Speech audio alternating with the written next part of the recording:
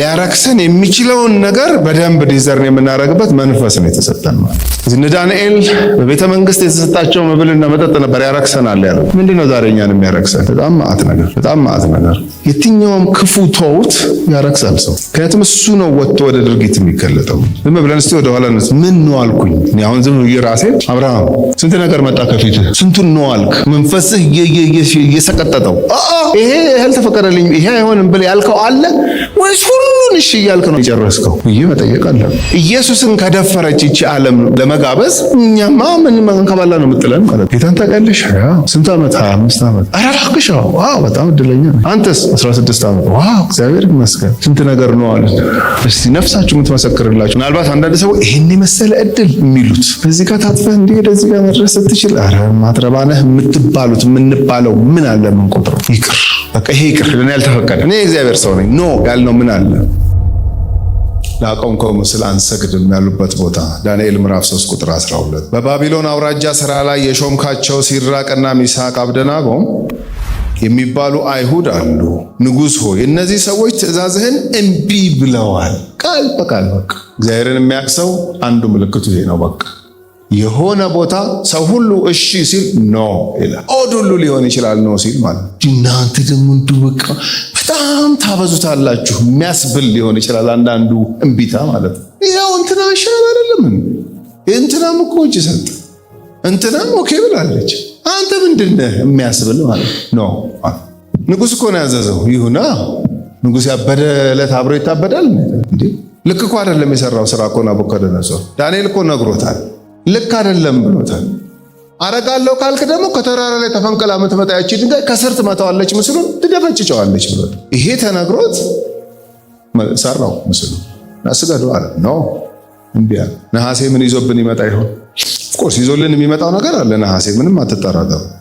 ለምሳሌ በቆሎ እሸት ወራት ዓመታት ይዘውልን የሚመጡት ብዙ ብሌሲንግ አለ። ምክንያቱም በእግዚአብሔር ቁጥጥር ስር ስለሆኑ ቀኖቹ ማለት ነው።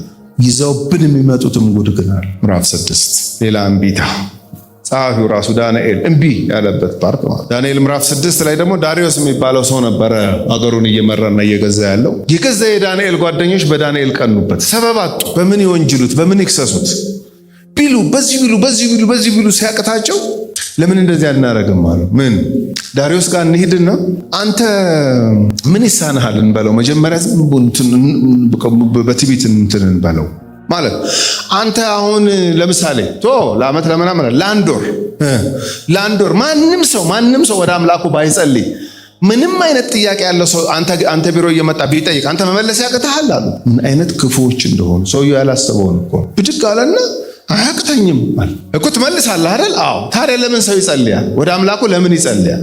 ወደ አንተ መጥቶ አይጠይቅም ተባለ። ዩ አር ራይት። ምን አይነት ስማርት አይዲያ ነው ያመጣችው? የሚገርም ነገር ነው። እንስማማ። ማንም ሰው ለአንድ ወር ወደ ሰማይ አምላክ ወደ ማንም አይጸልይ። እኔ ያለሁ አይደለ እንዴ? ምን ተስኖኛል? ሁሉ በእጄ ሁሉ በደጄ። ስለዚህ ማንም ሰው ጥያቄ ካለው አንተ መጥቶ ይጠይቅ፣ እኔ ጋር ይምጣል። ኦኬ። ይሄንን ታዲያ ለምን በአዋጅ አናውጀው? ማህተም አድርገህበት ቀለበትን እንትን አድርገህ ምናምን ሲጸልይ የተገኘ አንበሳ ጉድጓድ ይከተት ለምን አንልም አለ። ይውጣ ህጉ አለ። አስወጡ ህጉን። ዳኒ አያውቅም። ይሄን አላማከሩት። እሱን ታርጌት ውስጥ ለመክተት እንዴ ሰው ከተነሳባችሁ ለካስ ጉድጓድ እስክትገቡ ድረስ ነው የሚተጋው። ይሰውራችሁ። እውነት በጣም ከባድ እኮ ነው። ይሄንን ጠንስሰው ከንጉሱ ጋር ጨርሰዋል። መጨረሻ ላይ ይሄው ሲጸልይ የተገኘ ጉድጓድ ይከተት የሚል እንትን አዘጋጅተናል። አንተ ማተም አድርግበታል። ኦፍ ኮርስ አረጋለሁ። ምንድነው አንድ ወር ብዙ ነው እንዴ? ማንም ሰው ጥያቄ ካለው እኔ ሊጠይቅ እንጂ ማንም እንዳያንጋጥጣል። ተስማምታል። አዋጁ ታወጀ። ዳንኤል ምዕራፍ 6 ቁጥር 10 ዳንኤልም ጽሕፈቱ እንደተጻፈ ባወቀ ጊዜ አሁን ቀለበት ውስጥ ከተውታል። በቃ ባወቀ ጊዜ ወደ ቤቱ ገባ። እኔ ዳንኤል ላይ ያየሁት ነገር ምን እንደሆነ ታውቃላችሁ? የሆነ ወደ ቤቱ የሚገባው ነገር አለ። ብዙ መዘዝ የት ነው የመጣብን? ደጅ መዘዝ ቤት ውስጥ ብዙ የለም። በር በሚዘጋ ላይ ብዙ መዘዝ የለም። ብዙ ኬዝ ደጅ ነው ያለው። ብዙ መጋለጥ ደጅ ነው ያለው። አሁን በዚህ ሰዓት እኮ ዳንኤል ወገቡን ይዞ መከራከር ያለበት ሰዓት እኮ ራሱ ንጉሱን ቁጭ አድርጎ ማለት ነው። ዳሪዮስ ጥያቄ አለ። ይሄንን ሁሉ ነገር ፈትፍታችሁ ስትወስኑ እኔን ኢንቮልቭ አድርገኸኛል። ለምሳሌ አሁን እኔ በዚህ እንትን አልስማማ፣ ልክ አይደላችሁ። የሰው መብት መከበር አለበት። በጣም ባለስልጣን ነው ዳንኤል። ልብ አድርጉ፣ ከነዚህ ከሶስት ሰዎች ጋር እኩል ፖዚሽን ነው ያለው። ምን ማለት ነው ብሎ መከራከር ሲገባው እሱ ሌላ ነች መንገዱ፣ ልምዱ ሌላ ነች። በተቻለ መጠን ከቢሮ ከሆነ ቦታ ወደ ሆነ ቦታ ተሯሩጦ ነገሩን ማስቀየር ነው እንጂ ለሰው አይምሮ አሁን የሚመቸው በር ዘግቶ ወደ ቤት መግባት ሴንስ አይሰጥ። ዳንኤል ግን ምን እንዳረገ ተመልከቱ።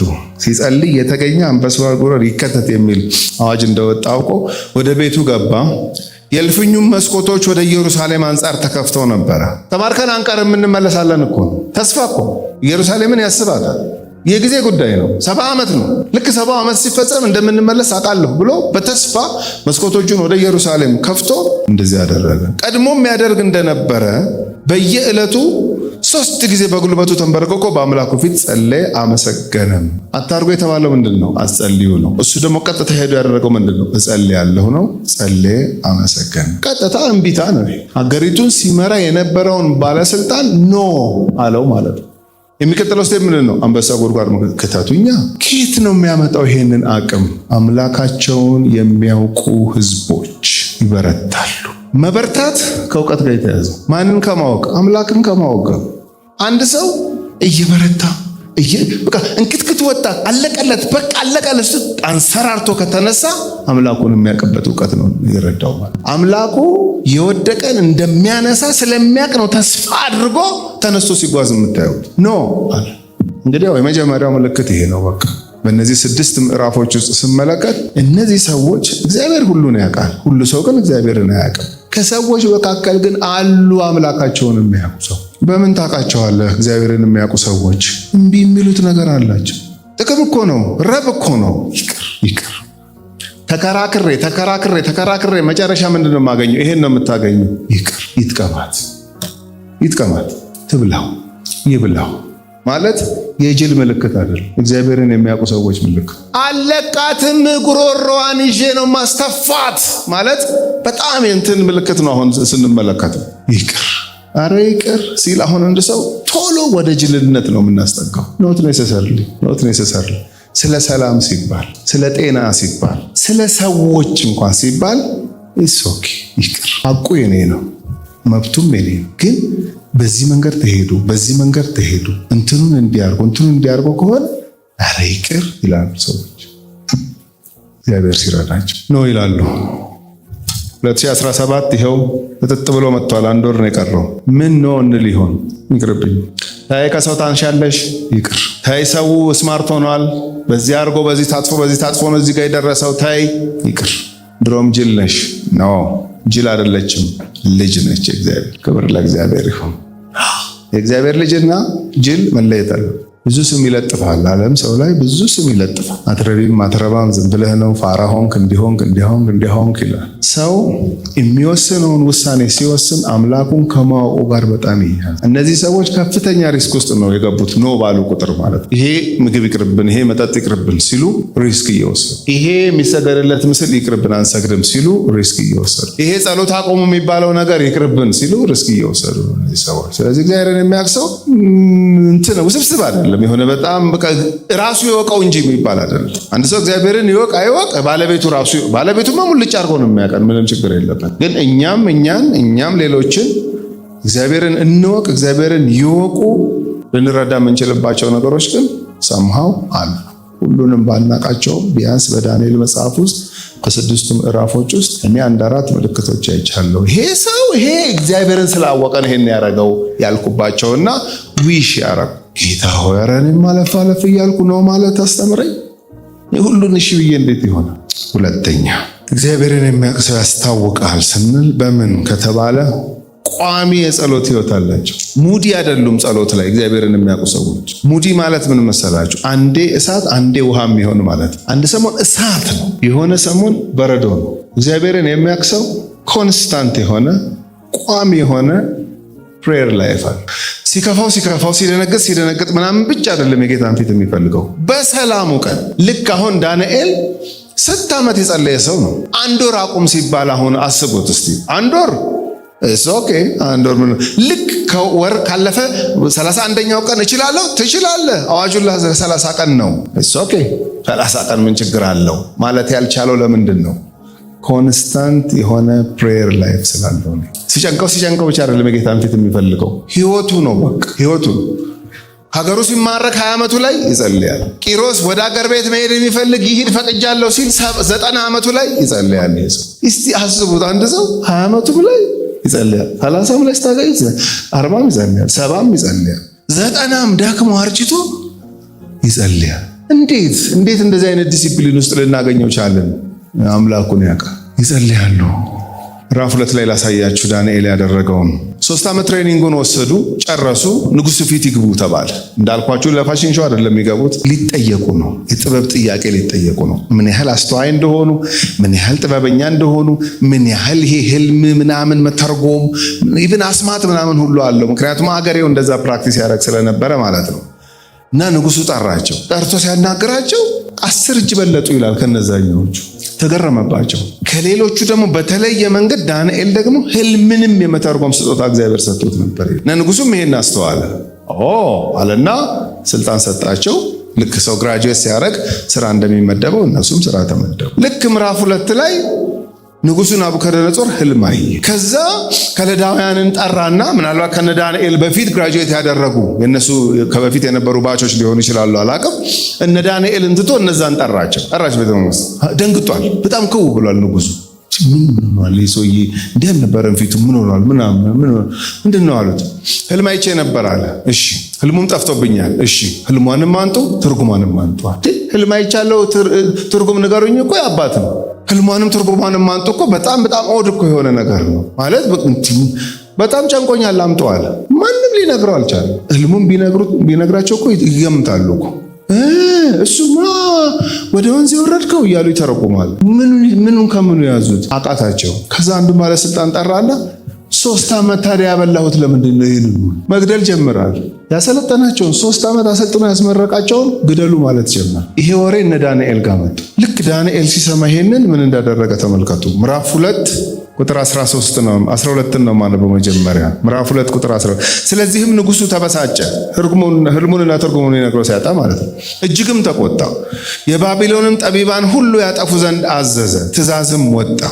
ጠቢባንም ይገደሉ ዘንድ ተጀመረ። ወረድሹት መደር ዳንኤልና ባልንጀሮቹም ይገደሉ ዘንድ ፈለጓቸው። ውሳኔው እነሱም ጋር መጣ ማለት። የዛን ጊዜም ዳንኤል የባቢሎንን ጠቢባን ይገድል ዘንድ የወጣውን የንጉሱን የዘበኞች አለቃ አርዮክን በፈሊጥና በማስተዋል ተናገረው። ለንጉሱም አለቃ ለአርዮክ መልሶ የንጉሱ ትእዛዝ ስለምን ቸኮለ አለው። ይሄ አሁን በጣም በጥበብ መናገር ማለት ነው።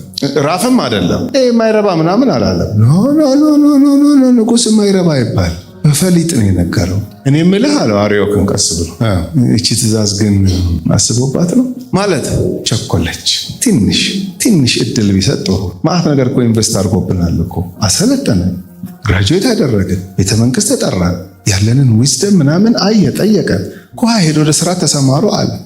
ያየውን ህልምና ትርጉም የሚነግረው ስለጠፋ በአንዴ እንደዚህ አይነት ዲሲዥን ላይ መድረስ ነበረበት። እንደኔ ይሄ ነገር ተቸኩሏል ብሎ ቀስ ብሎ ነገረው።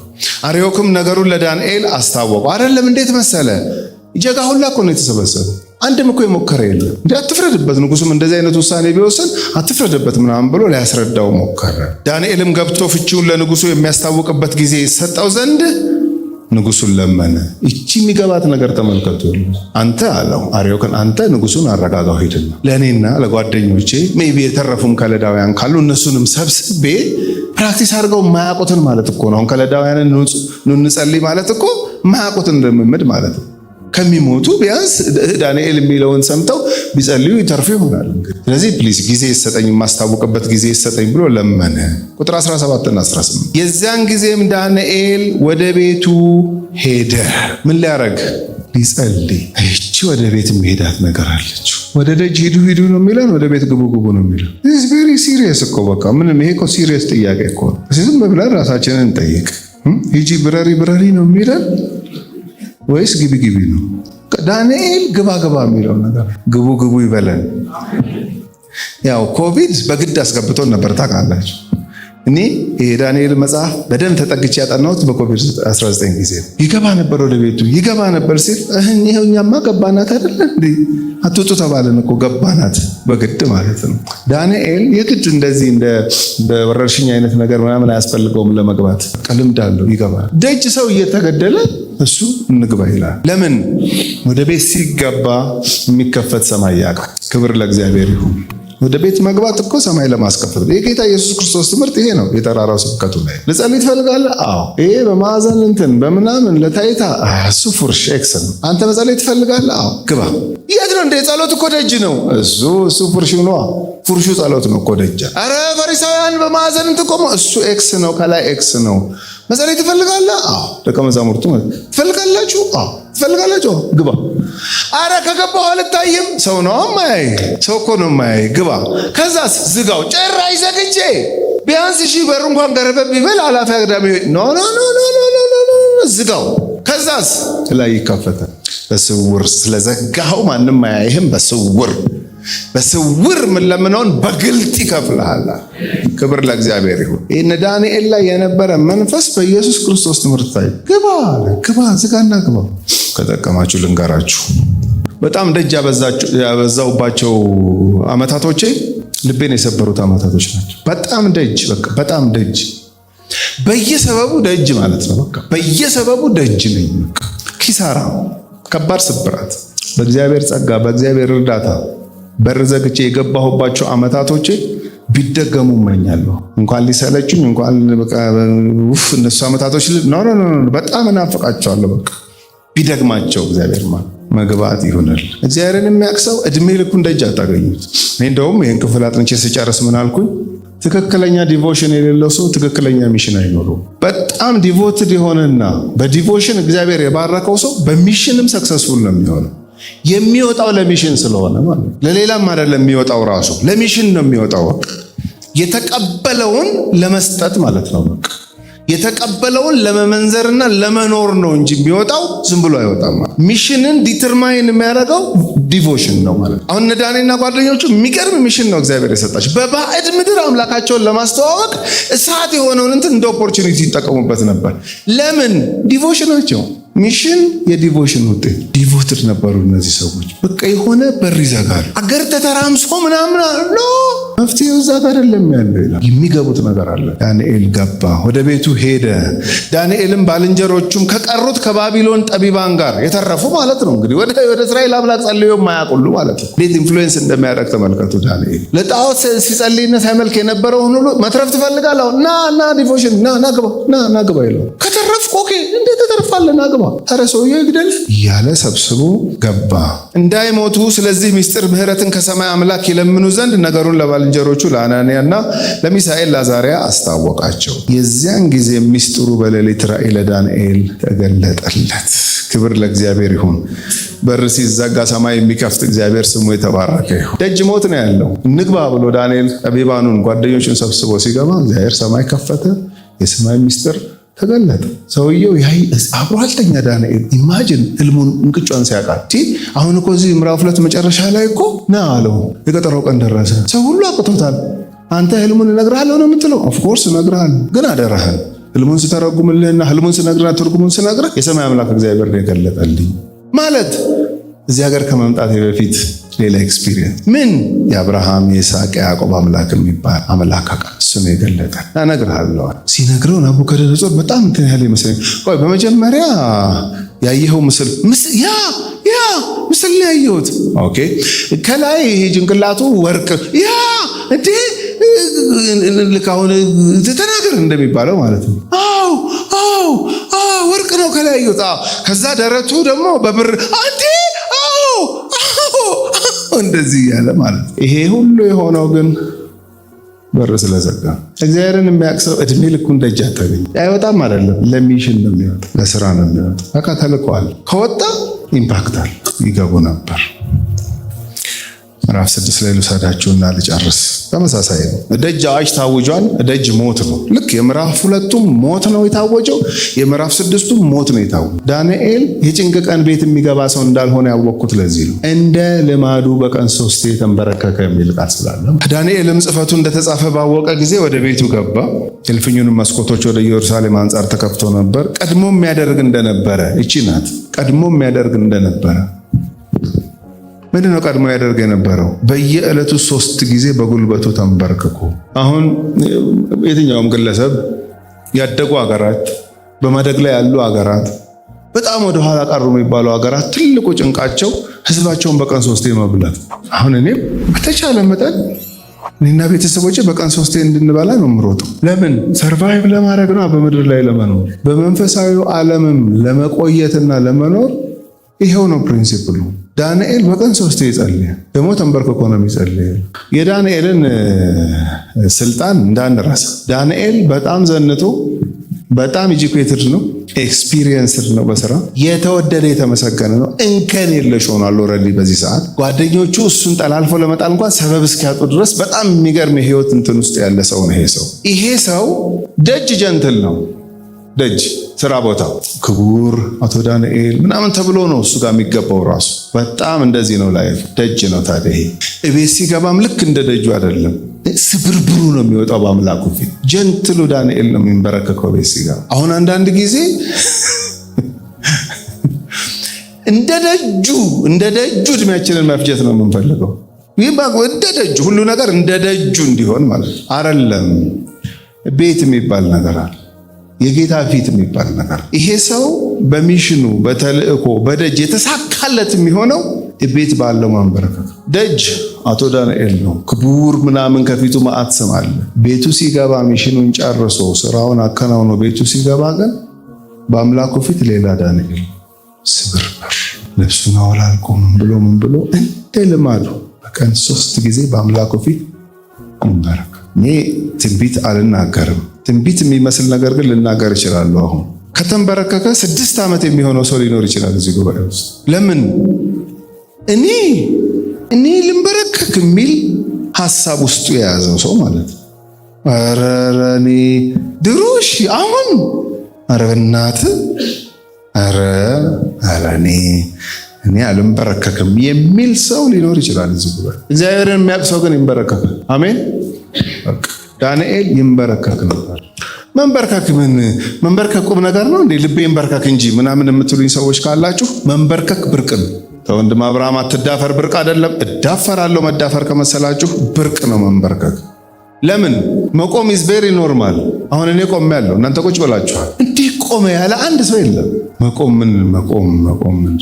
እናንተ ስለተቀመጣችሁ ምንም እንትን አላደረግም፣ ኦድ አልሆናችሁብኝም። ኦፍኮርስ ተቀምጣችሁ ነው ልትሰሙኝ የምትችሉት። በዚህ ሰዓት የተኛ ሰው አለ። ስለተኛ ምናምን ቤት ምናምን አሁን ስገባ ተኝቶ ባገኛቸው ቤተሰቦች እንዴት ተኛሽ አልልም። ይተኙ እንጂ እየመሸ እኮ ነው፣ ይተኙ። እየሄደ ያለ ሰው አሁን የፕሮግራም አልቆ ስንወጣ እየሄደ ያለ ሰው ትሄዳለህ፣ ትገርማለህ አይባልም። ሂድ ነው የሚባለው። እንደው ሂድ ላሳልፍ አለፍ ሂድ ነው የምንባለው። መንበርከክ ግን ከዕለት ተዕለት እንቅስቃሴያችን ወጣ ያለ ኤክስፒሪየንስ ነው። ልክ አንድ ሰው ተንበርክኮ ካያችሁት ክው ነው የምትሉት። ወይ ምን ነው ወድቀህ ነው? አይ አልወደኩም። ምን ሆነህ ነው? በዚህ ምክንያት ኦኬ። በተለይ ሊጸልይ ምናምን ከሆነ ብዙም አንዳ አምሶር የረበሽኩን ቅርታ ምናምን ነው የምንለው። ለምን? ከተለመደው የዕለት ተዕለት እንትናችን ወጣ ያለ ነገር ነው ያደረገው ማለት ነው። መንበርከክ የሰብሚሽን ምልክት ነው፣ የመማረክ ምልክት ነው። በጦር ሜዳም ብትሄዱ በጸሎትም ቦታ ብትሄዱ የመንበርከክ ምልክት ነው፣ የመሸነፍ ምልክት፣ ሰሚት የማረክ ምልክት ነው። አልችልም እኔ ካረዳኸኝ በስተቀር እኔ አልችልም፣ ይሄን ሚሽን መወጣት አልችልም፣ አቅም የለኝም የማለት ምልክት። እነምን ይሳነዋል? አይበረከክም። በቃ ኖ ለምን ምን አንበረከከኝ? ምን ማቀው ዲዩቲ ነው፣ በየቀኑ የምሰራው ስራ ነው። ይሄን እንትኑ ነው። ምን ያስፈልጋል? ዳንኤል ይንበረከክ ነበር። ኦፍ ኮርስ መጽሐፍ ቅዱስ ዳንኤል ብቻ አይደለም የተንበረከኩ፣ ብዙ የእግዚአብሔር ባሪያዎች ተንበረከኩ። እነ ጳውሎስ ይንበረከኩ ነበር። እንበረከካለሁ ነው የሚለው፣ ተንበርክኬ ጸልያለሁ ነው የሚለው። ተንበርክኬ ጸለይኩና ተለያየን ከኤፌሶን ሽማግሌዎች ጋር ምናምን ነው የሚለው። በደንብ ይንበረከኩ። እግዚአብሔርን የሚያውቅ ሰው ቋሚ የጸሎት ይወጣል።